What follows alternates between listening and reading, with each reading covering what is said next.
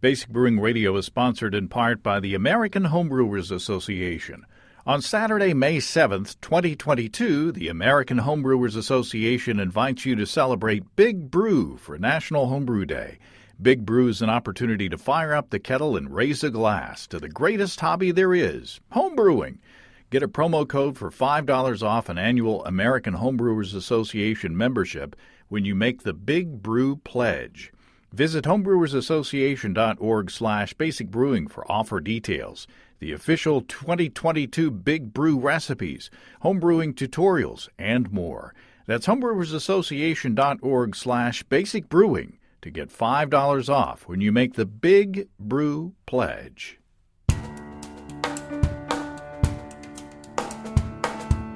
Welcome to Basic Brewing Radio for Thursday, April 7th, 2022. I'm James Spencer. Here at Basic Brewing Radio, we're all about home brewing. This week, Steve Wilkes and I venture into our third tincture sampler. We taste tinctures made from 3 citrus fruit zests, and we sample a surprise beer from our friends at Ivory Brewing that uses whole Meyer lemons. Brewer Casey Letellier gives us background on how that beer was brewed. If you go to basicbrewing.com, you can find archives of our audio and video shows, and if you go to basicbrewingshop.com, you can find our DVDs and our Brewers Logbooks. You can follow me on Twitter and Instagram at Basic Brewing and find our show page on Facebook as well. If you want to support us financially, check out patreon.com/basicbrewing, and thanks to everybody who's helping out in that way. If you go to patreon.com/basicbrewing, you can see a long list of stuff that you can access if you sign up as a supporter. Financial supporters will see an early release video this week of one of the 2 episodes that Steve and I shot the other day. We shot one on my toasted rye Doppelbock and another on my kettle-soured Brett beer that I started on Christmas Day of this past year. It's finally in the bottle. It's still very young, but I wanted to taste it on the show and sort of benchmark it as I begin to let it age. I'm thinking that it's going to get more interesting tasting as time goes along. And I'm leaning toward posting the Doppelbock show first, just because. That's the order we shot him in, basically. Financial supporters will see the early release, a behind-the-scenes video, and a recipe for that beer. And many thanks to those who are supporting us at patreon.com/basicbrewing, and tons of bonus stuff from the past is still available for those who subscribe. I've been mulling over in my mind what to brew next for the next tincture sampler. I think I'll go dark. Sort of counterintuitive, because it's getting warmer outside and dark beers aren't as popular in the warmer times, but I think a dark beer flavored with 3 different tinctures would be a lot of fun to taste. Maybe coffee, coconut, and mint?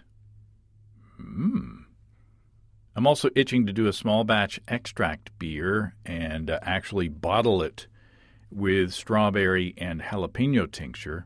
We liked that combination so much when we were dosing finished beer in the glass, but I'm curious as to what effect it would have adding those tinctures to the bottle at bottling time. I think that'd be fun.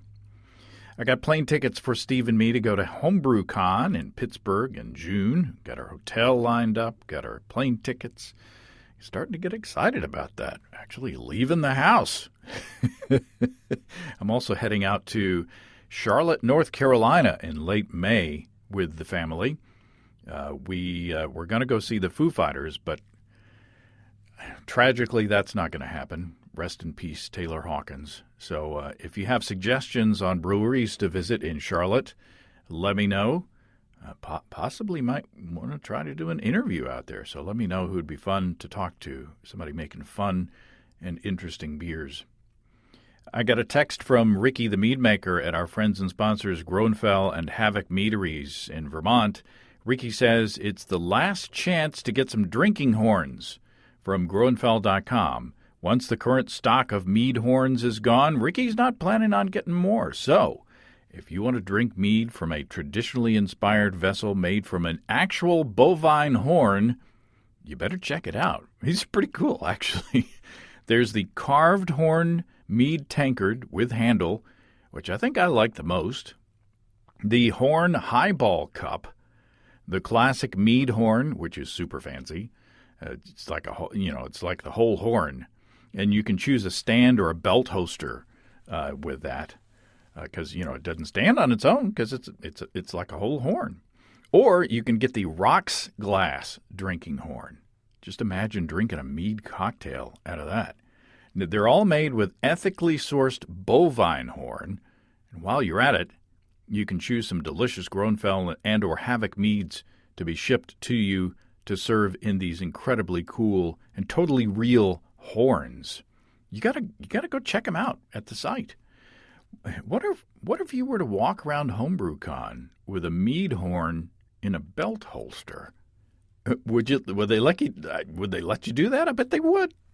Check out the mead. Legal disclaimer, I don't know if they would, but surely they would. Check out the mead horns along with all the honey-based deliciousness at family-owned and operated Groenfell.com. That's GROENNFELL.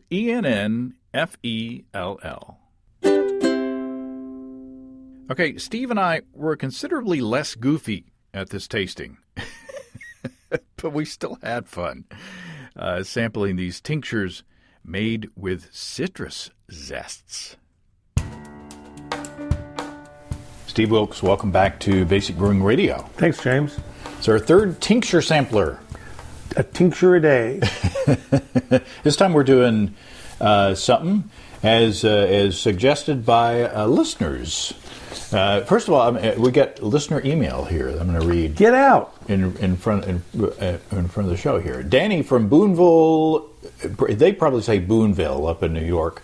Down here we'd say Boonville. Boonville. We try to get as many down to as close to a single syllable as possible. Yeah. Boonville. Danny says, I said something on the outro of the last tincture sampler, something like, boy, you can't imagine all the silliness that I cut out of this episode, because I cut out quite a few of our dad jokes and and obscure references and stuff like that. But Denny says, I always love your sampler episodes with Steve, especially your last one, Fruit Tincture Sampler. It might be just me, but I like hearing you two joke around, and I think anyone who listens to your podcast expects that sort of thing. So in defense of us being goofy, I guess. And then on to the comments that are germane to this episode. CJ from Sioux Falls, South Dakota says, I enjoyed your latest tincture sampler episode. Perhaps you could do a sampler of tinctures made with various citrus zests. A while back I made a beer I called Summer Heat Lemon Wheat using a tincture of lemon zest, and it turned out great. And then Philip from the emails said, citrus zests. Lemon, orange, grapefruit, or tangerine. So those I use those as inspiration for this week's tincture sampler. Here we have tinctures of, and what I did was I took into 3 1/2 cup portions of vodka, and domestic vodka made in Columbia, Missouri, not in some foreign land we don't like very much right now. Into 1/2 cup of vodka, I put and I took a potato peeler and I zested a couple of Meyer lemons, and apparently the Meyer lemon is a cross between a lemon and a mandarin orange. Did you know that? No, I didn't. Well, there you go. According to the package of the I lemons did not know that downstairs. I love Meyer lemons. So. Oh, there you go. And then we have the zest of a lime. And then I went to the Whole Foods, the whole paycheck, and I got the most exotic-looking citrus that I could find, and I got an organic Minneola tangelo. Sounds like a 1950s crooners album. No, straight from the ballroom is Minneola tangelo. And his orchestra. And his orchestra. I'll be seeing you.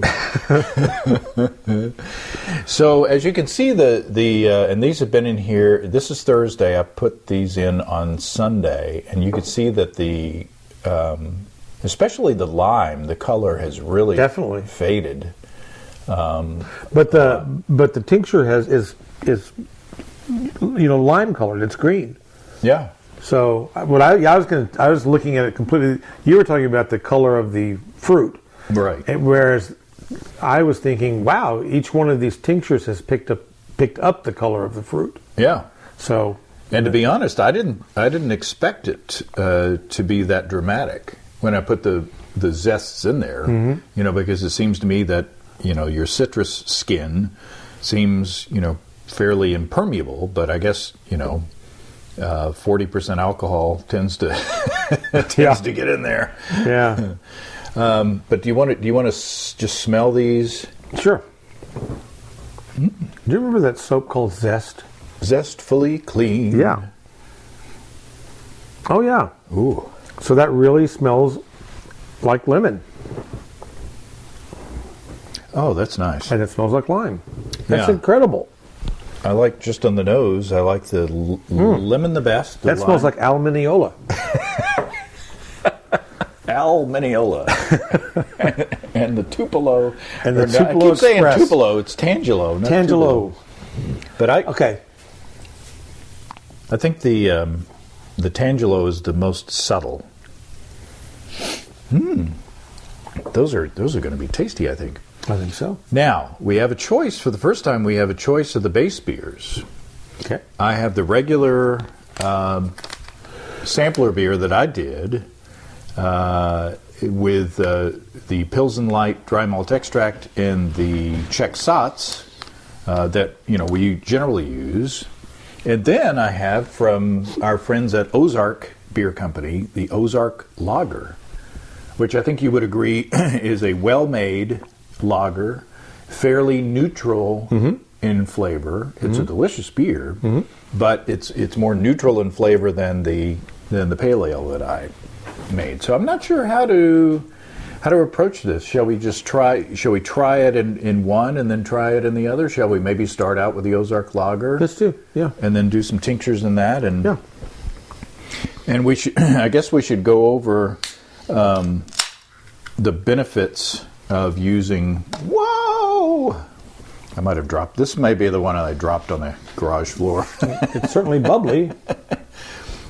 The nice thing about doing, what we're doing is that you can experiment with flavors so much more easily and economically that you're not stuck with, a couple of cases or even a small batch of beer that you don't really like. Right. And so this is a great way to get a feel for, what Tangelo is going to taste like in a beer. And it's actually a good way too, I think, to flavor an entire batch of beer. Right. So you can brew the beer, and then you can spike it with the extract or the tincture to the level of flavor that you want, and then when you keg it or bottle it, the flavor is going to be stable. Now, clearly, if you bottle it and you leave it in the bottle for a couple of years or something, then no, it's not. But within a reasonable drinking time, and especially if you're a kegger, which people who keg beers don't really have them laying around for a long time. I mean, yeah, that's real estate. That's real estate. Prime real estate that you got to get through. That's right. So you can flavor that beer up and enjoy it, or you can. Another nice way to do this would be, let's say that we had a 5-gallon batch of beer and we wanted some of it to taste like Tangelo and some of it to be lime flavored and some of it to be just the base beer, and we wanted to bottle all those or package them separately and label them. In fact, that's how I did the last time I did that technique, was to brew a Belgian wit, where I made a tincture of the New Mexico Hatch chilies, and I, dosed half the batch, and then I bottled half the batch plain, and they were clearly different beers. I mean, they were very different and both great. But I got two for the price of one in terms of flavor. That's a good point. It's also, if you were to just put the fruit in the fermentation, the yeast would have its way with the sugars in that, and the flavor would, be impacted. It would change. It definitely does. I don't think you get anywhere near the flavor impact when you ferment on the fruit. I think that you lose a lot of flavor. Yeah. In this way, you can kind of preserve that a lot more. I think we found that with especially like the strawberries, in the previous Absolutely. one, the flavor of the strawberries were preserved. Yeah. Whereas I think if we were to just put that in the fermenter, I think that would have faded over time. So what do you favor? We've got 3 samples of the Ozark Lager in front of us. What do you want to start with? I'm going to start with a Meyer Lemon. Oh, okay. I'm going to go on the other side. I'm going to get the tangelo, and we have these little disposable plastic pipettes where we are able to see, like I've got, like 2.5 milliliters. That's 2.5 milliliters of the tincture, and that's about what you've got there. Okay, good. And this is a third of a beer, a third of a 12-ounce beer, and I'm going to squirt that in there aggressively to mix it in there. Cheers. Okay. Cheers. Clunk. Oh, that's nice. It's not very aggressive, but there is an orangey. There's an orangey flavor to the tangelo. What do you think about the Meyer Lemon? It's good. Yeah, it definitely gives. It just imparts that flavor, and that flavor works well with a Pilsner style beer. What do you like about the Meyer Lemon? Maybe you've already answered that. But. Well, compared to a standard lemon, the flavor is it's both more robust and a little less sharp. And that's what I like about Meyer lemons. Their flavor is just I don't know, not quite so bright as a standard lemon that we would get in the U.S. I don't know how many varieties of lemon there are. I have no idea. I'm a lemon novice. Yeah. So, but Meyer lemons, I really like to cook with those. I really like to make like margaritas with them. Oh. When they're available, I buy them. They're not available very long. It's kind of a short season, which I don't understand, but that's how it is in the grocery store. So whenever I see Meyer lemons, I'm like, holy crud, and I buy them and I make an excuse to make. You made a pie. Yeah, I made a pie. I had all these. I bought a bag. I bought like 1 lime and 1 Minneola tangelo, and then a little bag of the Meyer lemons. And so I was like, what am I going to do with all this citrus? So I looked online, and if you search for lemon custard pie on YouTube, you'll find this recipe. This guy made this super simple recipe, and I made I used the juice from 1 lime and 2 Meyer lemons in there, and boy, it's It's really good. Tasty. Wait, here. This is the. Oh, I see. Yeah, this is the lime. Oh no, you put it in. Oh, I'm sorry. That's okay. I see what we're doing. I thought we had a personal pipette. No. No, we got I'm clearly not very scientific. The personal pipette. I'm going to go to the Meyer lemon now. I went to the lime. And I bet you the same amount squirted in this sample will be more effective. Oh yeah, on the nose right away. The nose is a lot stronger than the tangelo.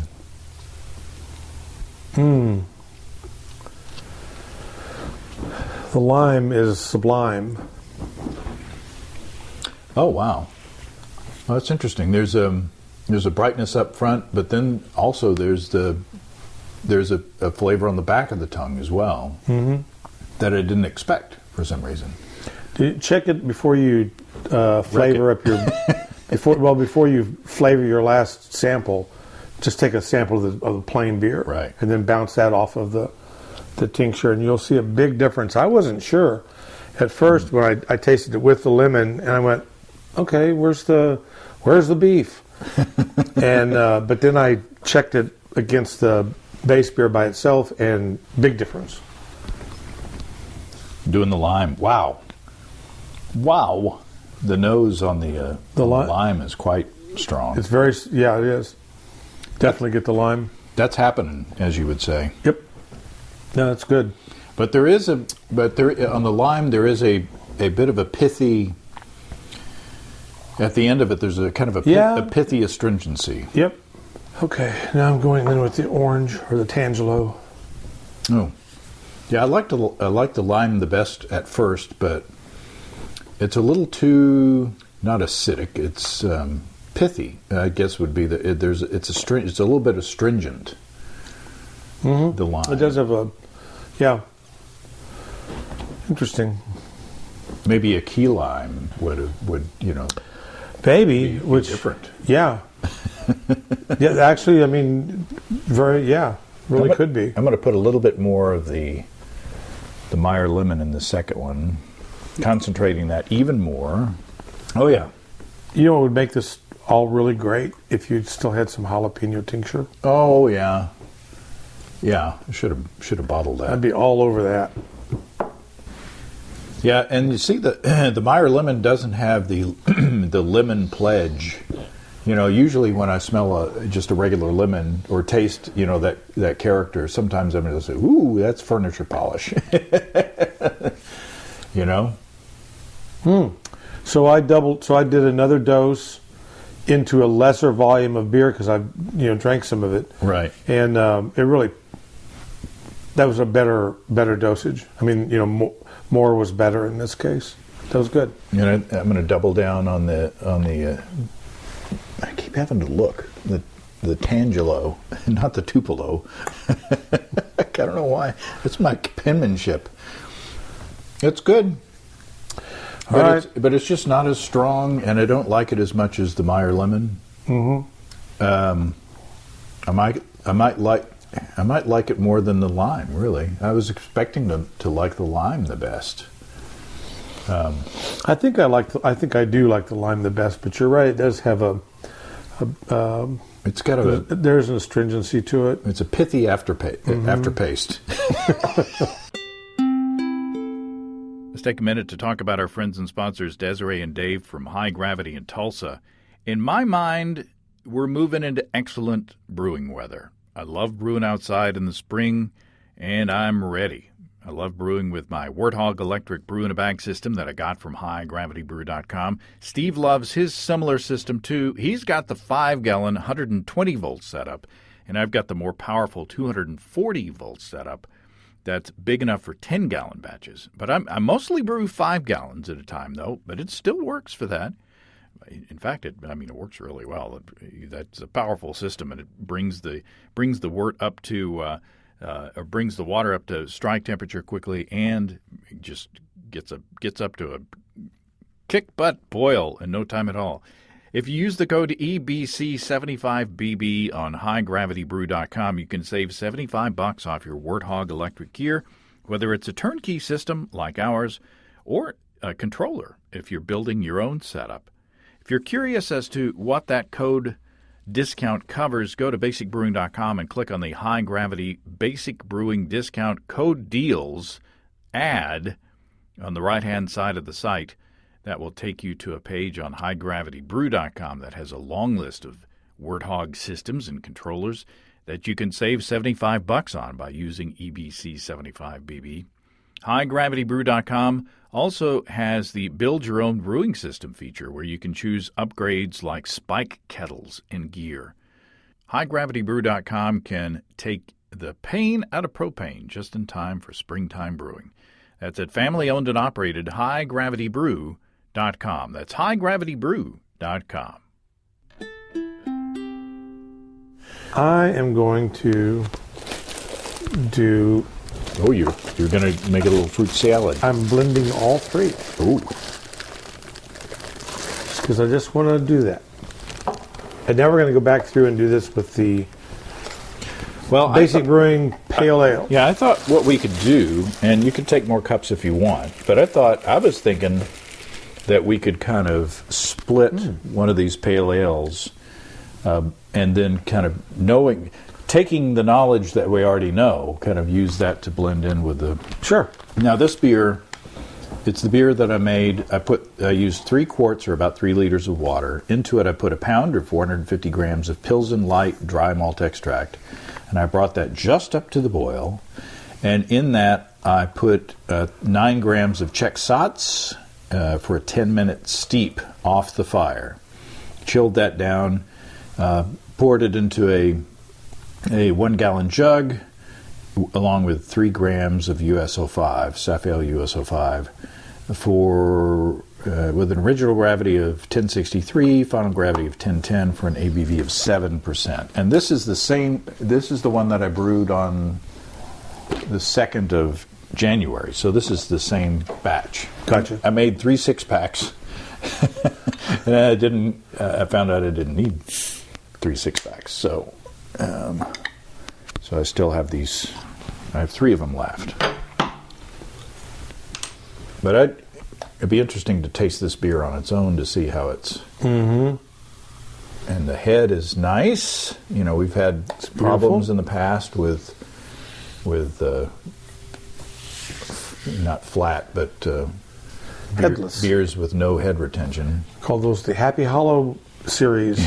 Yeah. Or the Marie Antoinette series. Okay. So, cheers. Cheers. That's good. That's really nice. It's actually a good beer. Mm-hmm. Nothing wrong with that. And it takes like an hour to make a 6-pack. Yeah, that's actually really good. The hops they're not as fruity. I don't think they're as citrusy as they once were, maybe. I don't know. Well, that I don't know about. But it's just a nice little pale ale. Very drinkable. So what I'm going to do is I'm going to add 2 doses of Meyer lemon and 1 dose of lime and see what we got. Okay. Well, I'm going to do a big hit of the tangelo. And I'm going to try that on its own at first. Just a little sip. That's nice. Oh. The tangelo in that pale ale was more pronounced than in the Ozark Lager. Huh. For me. So the hops brought out the citrus. I think so. Yeah. Yeah. That's a good. Yeah. Yeah, I think this is good. Still, I get the astringency from the lime. From the lime? I think I would have added less lime.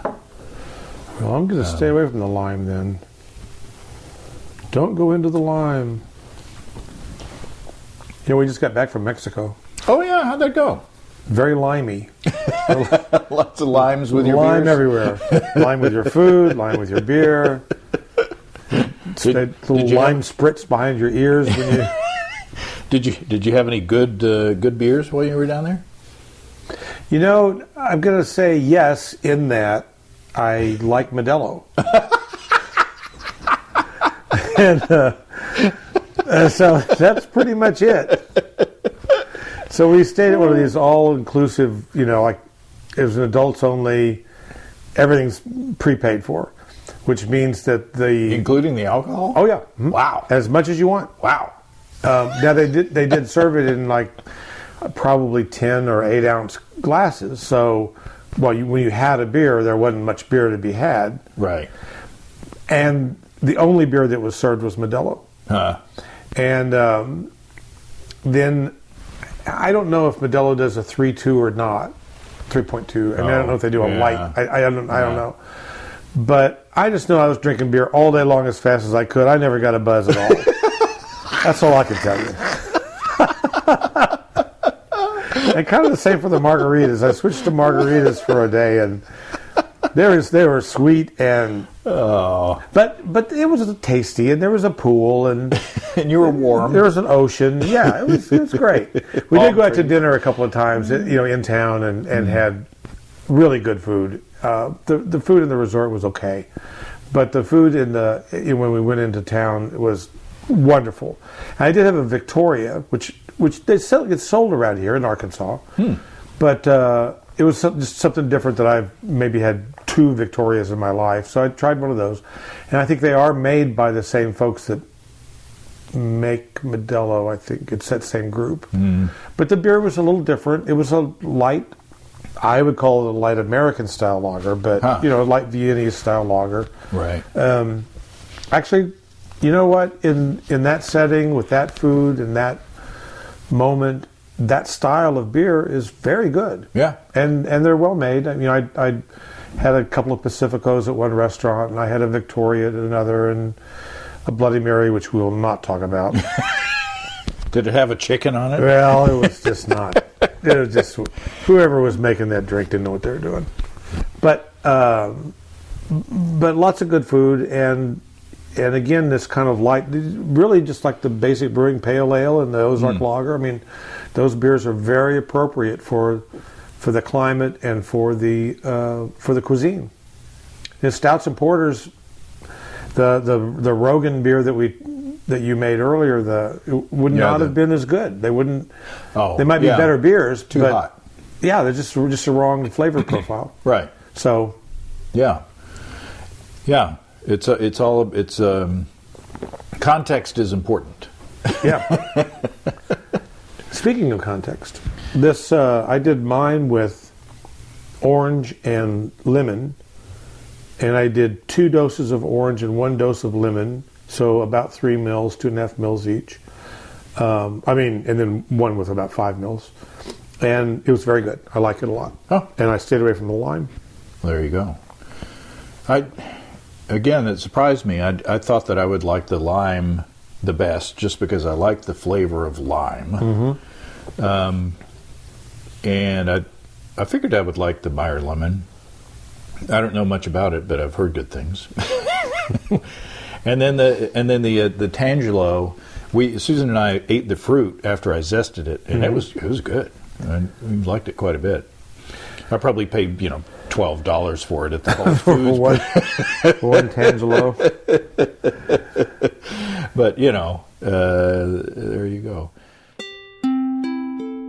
Let's take a minute to talk about our friends and sponsors at Imperial Organic Yeast.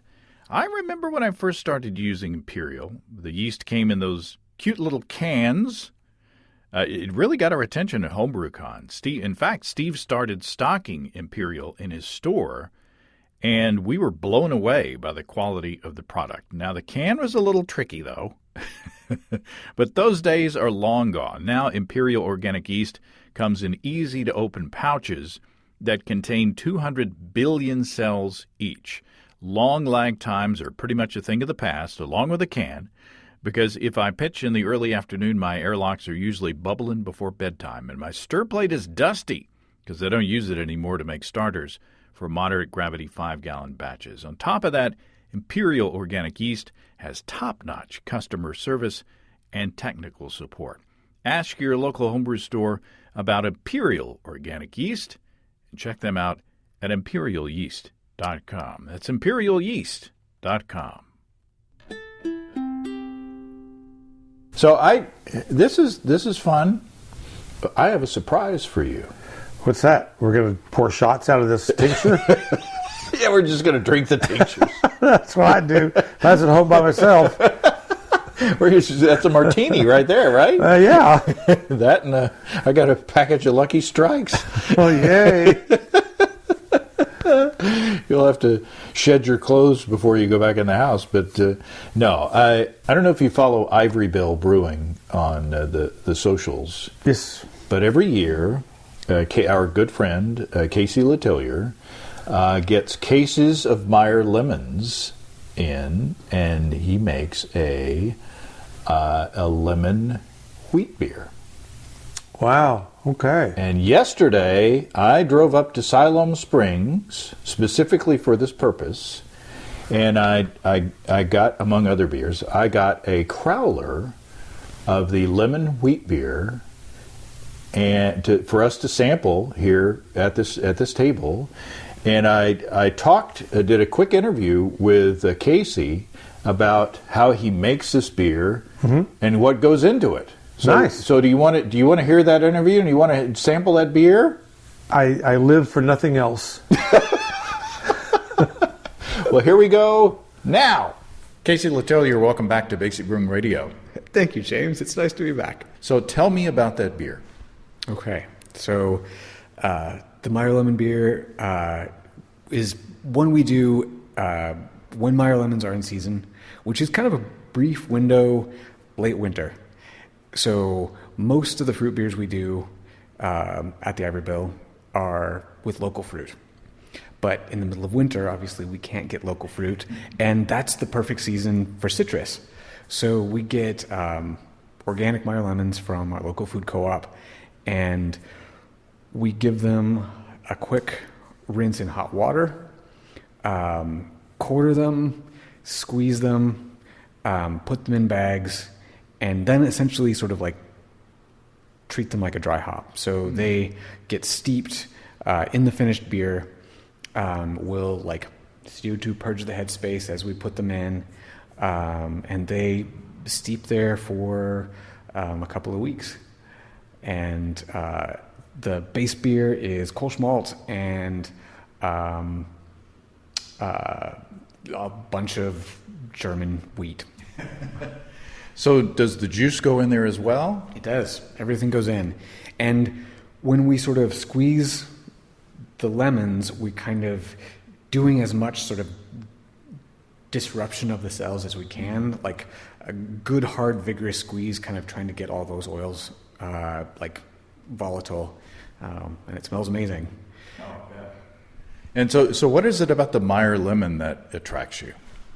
They just have such a beautiful, complex aroma. It isn't just that sort of like sharp citrus note that sometimes you get with ordinary lemons. It's a little more floral, a little more rounded, a little sweeter, and it just makes a really nice beer.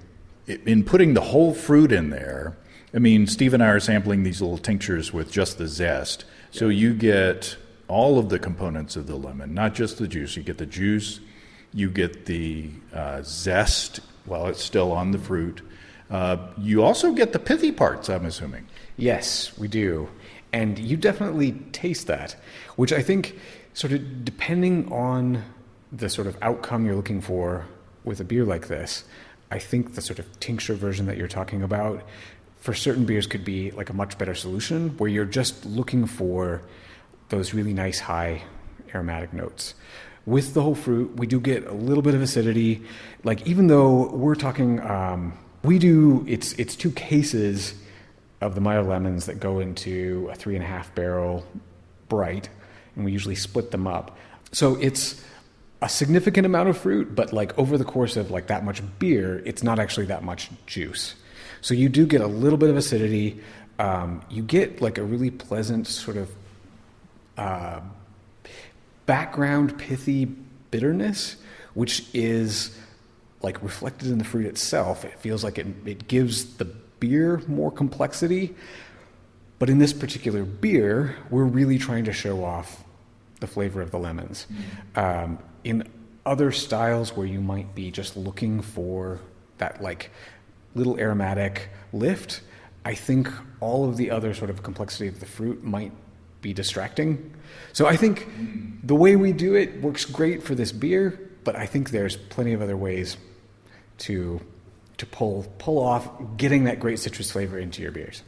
So as under your license, is it legally possible for you to use tinctures? I mean, you would essentially be fortifying your beer with alcohol.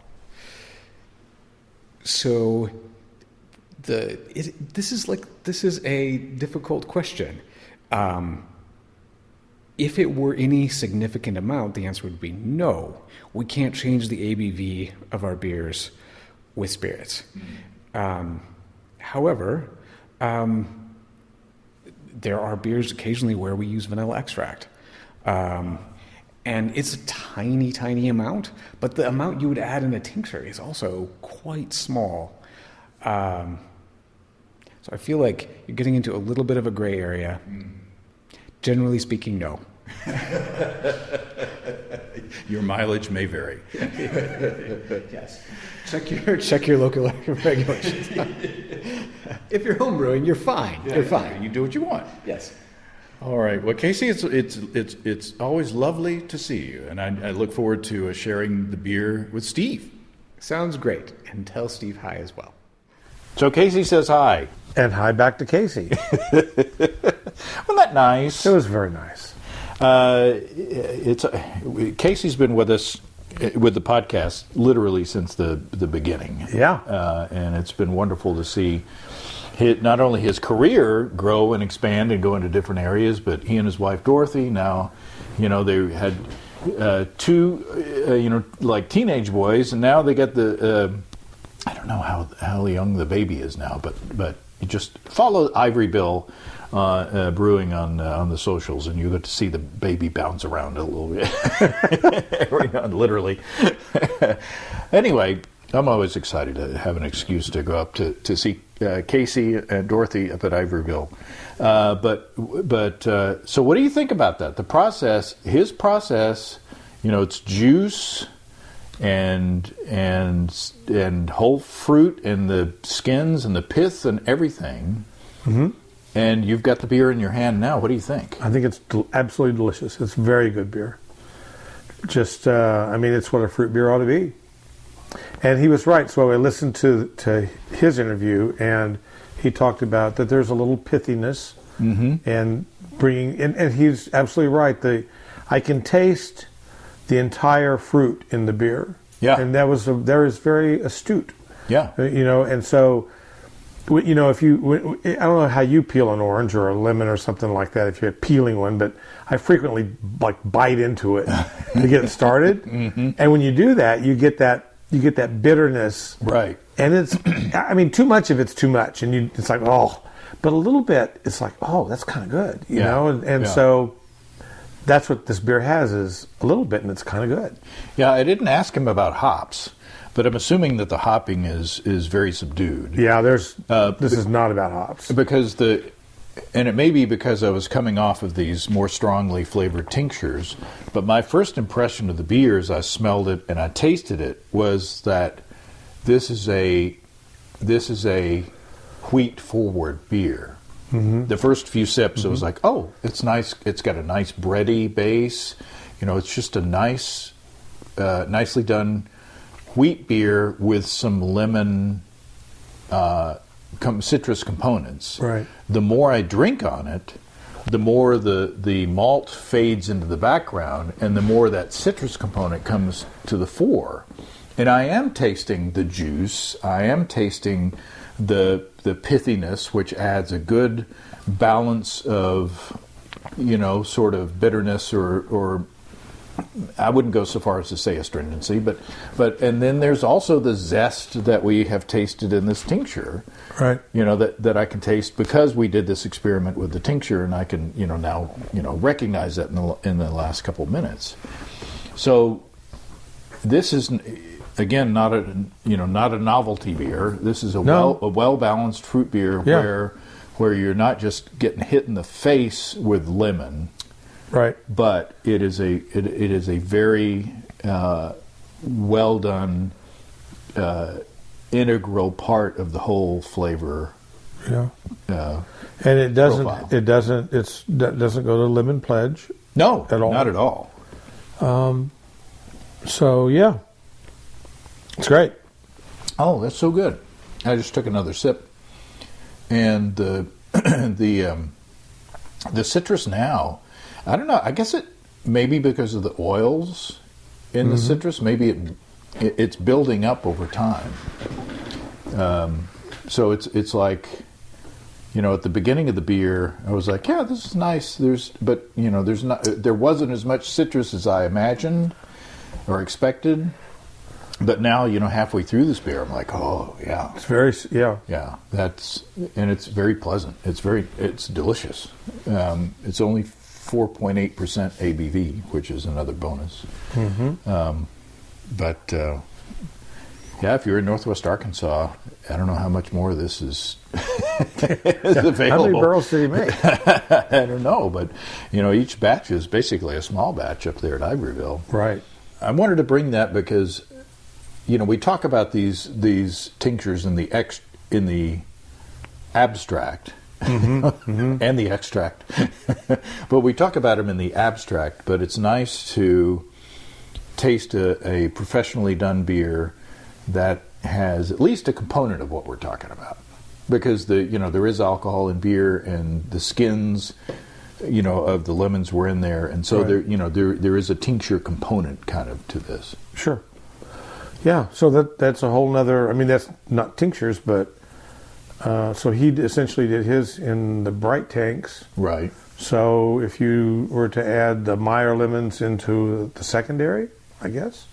Yeah, it's essentially there's yeast still present, in the bright tank, because he does open fermenters. Right. He can't just like close off the he can't just remove the yeast and the trub out of the bottom of the fermenter and then add stuff in the top. He's got to rack into, and this is the way he dry hops as well. He racks from the fermenter into a bright tank. Purges with CO2, and then either dry hops or dry lemoned. But I'm sure some fermentation took place in there after that with the sugars and the juice. But so good, very good. Yeah, that's terrific, and this has inspired me. Uh-oh. And your lemon custard pie has inspired me. To make a lemon custard beer. Oh, how would you do that? Well, in my little pea brain, I was thinking my little pea brain. You could do it as an all grain or an extract, but if you start with a fairly neutral base, let's just say extract base, Pilsner extract or light extract, and then use I would think maybe like Brie Special Roast, some kind of a bready biscuit malt, and quite a bit as you're, to bring that, to get the crust. Mm-hmm. It's like a steeping thing? Yeah, steep that. Ooh. Or if you're doing all grain, then, in the mash. Right. And then add a bit of lactose to get the sugar component and the milk component. Yeah. And then your lemons. Mm-hmm. And just enough hops to bring it in balance. Right. I think you got a lemon custard beer. That's awesome. See, we've been talking about recipe development over the past few episodes, and what you just went through right there is an excellent example of how to put a recipe together using your knowledge that you've, over 25 years millennia of brewing. Yeah. That sounds like it would work. I think it would. I may have to try that. It's at least a small batch. Yeah. You do. That's what I'm saying. And that plays back into our whole tincture idea that, you could do a small batch of that pretty easily.